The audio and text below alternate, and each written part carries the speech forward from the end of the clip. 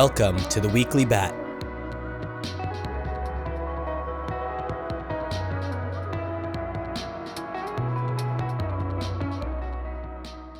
Welcome to the Weekly Bat, episode 74.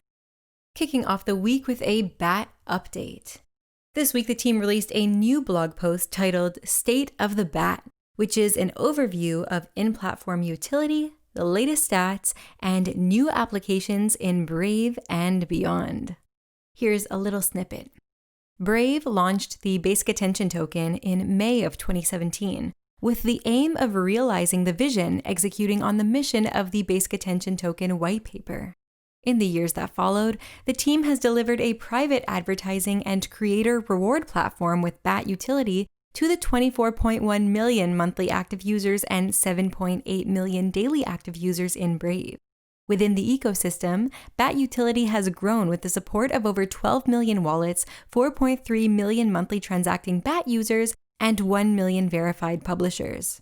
Brave Ads growth within the ecosystem has skyrocketed following the April 2019 introduction to the Brave release channel. Brave Ads campaigns are now supported in nearly 200 countries with over 2 billion ad confirmation events to date. There have been 2,677 campaigns from over 465 advertisers from brands such as Verizon, The Home Depot, The New York Times, Progressive Insurance, Newegg, Chipotle, Chess.com, Privacy.com, PayPal, Honey, Ledger, Amazon, Harry's Razors, CBS, Kind Snacks, Logitech, Lenovo, Grubhub, Belkin, QuickBooks, and Evernote. The average CTR or click-through rate for a Brave Ads campaign is 9%, well above the industry average of just 2%, with many brands observing even higher engagement. Bat utility has also grown beyond the Brave platform into secondary utility channels and use cases. Up next, as of Brave 1.20.78 beta, you can now access Brave Together directly through Brave's new tab page and start making unlimited calls with friends and colleagues today. Just look for the button on the bottom right of your new tab screen and click to boot up a call. Up next, we are holding a CSS design competition for the old.reddit.com Bat Project subreddit. The winner will receive $150 of official Bat and Brave merch, an NFT to signify their win, and a special flair. If you would like to get involved with the refresh and make a submission, be sure to visit the link in the weekly Bat blog post. Next, we have a user testimonial. They write, I redeemed $10 of Starbucks gift cards with rewards from Bat Ads. I received roughly 40 Bat last month from Brave Ads. Today, I redeemed these rewards via the Tap network for 2 $5 gift cards and bought myself and a coworker coffee. I've seen people say that you can't buy anything with Bat. I just wanted to point out that you can.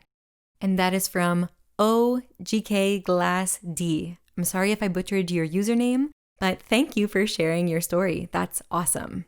Up next, we have an update on Brave self-service ads from Dan Lapellis, who is one of the Brave engineers working on self-service ads. He writes, Hi all, we're still on track for our Q1 limited release. In fact, we're growing the team as we expect to rapidly iterate after our initial launch.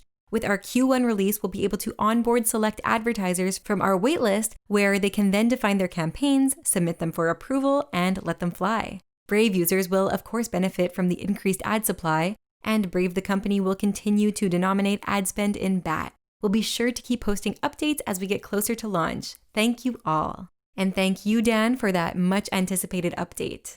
I know there are many users and smaller advertisers looking forward to self-service ads. Up next, Kevin Rose mentions Brave on the Pomp podcast, episode 470, on decentralization and the internet. Episode description. Kevin Rose is an internet entrepreneur who co-founded Revision 3, Dig, Pounce, and Milk. He has been building compelling projects for a long time and today serves as a partner at True Ventures. In this conversation, we discuss early days of building on the internet, modern media models, content moderation, deplatforming, and the importance of decentralization. Kevin mentions Brave at 24:49 in case anybody wants to go listen. This week in Sponsored Images. This week, American Eagle and Coinberry both join Brave's sponsored images rotation.